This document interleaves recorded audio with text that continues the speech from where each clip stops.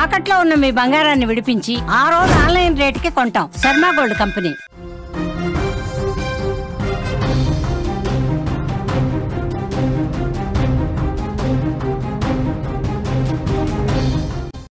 Big breaking news చూస్తున్నాం.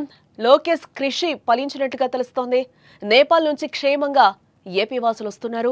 లోకేష్ చొరవతో ప్రత్యేక విమానాన్ని కూడా ఏర్పాటు చేయడం జరిగింది. ప్రత్యేక విమానంలో నేడు వారందరూ కూడా రాబోతున్నారు. మొత్తం నేపాల్లో 217 మంది తెలుగువారు చిక్కుకున్నారు. అందరినీ కూడా తీసుకొచ్చేందుకు చర్యలు ప్రారంభించారు. ఇప్పటికే పలువురు ఇండియాకి వస్తున్నట్లుగా కూడా తెలుస్తోంది. వందలాది కుటుంబాలు కూడా ఊపిరి పీల్చుకున్నాయి. లోకేష్ పనితీరుపై సర్వత్రా ఇప్పుడు ప్రశంసలు వెల్లువెత్తుతున్నాయి. ప్రజలకి కష్టం వచ్చినప్పుడు వెంటనే ముందుకొచ్చి నిలబడే నేతలే నిజమైన నాయకులు అంటాం. అలాంటి నిర్వచనానికి నిలువెత్తు నిదర్శనం ఏపీ ముఖ్యమంత్రి చంద్రబాబు నాయుడు. ప్రకృతి విపత్తులు సంభవించినా, దేశ విదేశాల్లో ఊహించని ఘటనలు, అల్లర్లలో తెలుగువారికి కష్టం వస్తే ఆయన చూపించే తెగువ, ఇచ్చిన భరోసా, వన్నంటి నిలిచిన తీరు గురించి చెప్పుకోనక్కర్లేదు. అచ్చన్ తండ్రిలానే తనయుడు లోకేష్ కూడా ఆ విధంగా ముందుకు వెళ్తున్నారు. తెలుగు వారికి ఎక్కడ కష్టం వచ్చినా కూడా స్పందిస్తూ వీలైనంత త్వరగా వారి కష్టాలను తరిమి కొట్టి అండగా నిలబడుతున్నారు.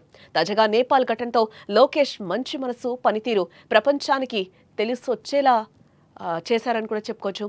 నేపాల్లో అల్లర్ల నేపథ్యంలో ఆ దేశంలో తెలుగువారి పరిస్థితి ఆందోళనకరంగా మారింది.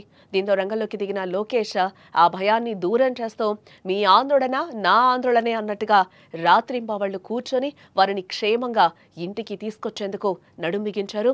రాజ్యసభ సభ్యుడు సానా సతీష్ బాబు అలాగే కొంతమంది ఐఏఎస్ అధికారులతో కలిసి ఈ రెస్క్యూ ఆపరేషన్ కూడా కోఆర్డినేట్ చేస్తూ క్షేమంగా రాష్ట్రానికి రప్పిస్తున్నారు యువనేత. నేపాల్లో చిక్కుకున్న వారితో వీడియో కాల్లో మాట్లాడి మీకు మేమున్నాం, భయపడకండి అని కూడా లోకేష్ భరోసా కల్పించిన గంటల్లోనే చర్యలు ప్రారంభించారు. ప్రత్యేక విమానాలు ఏర్పాటు మొదట దేశంలోని తర్వాత మన తెలుగు రాష్ట్రాల్లోకి రప్పించే ఏర్పాట్లు షురూ అయ్యాయి. మొత్తం 217 మంది 12 ప్రాంతాల్లో చిక్కుకుని సాయం కోసం ఆర్జించగా అందరినీ క్షేమంగా తీసుకొస్తున్నారు. ఇప్పటికే 22 మంది క్షేమంగా ఇండియాకు చేరుకున్నట్లుగా కూడా మనకి బ్రేకింగ్ న్యూస్ లో సమాచారం అందుతుంది. మరికొందరు మార్గ మధ్యలో ఉన్నారు.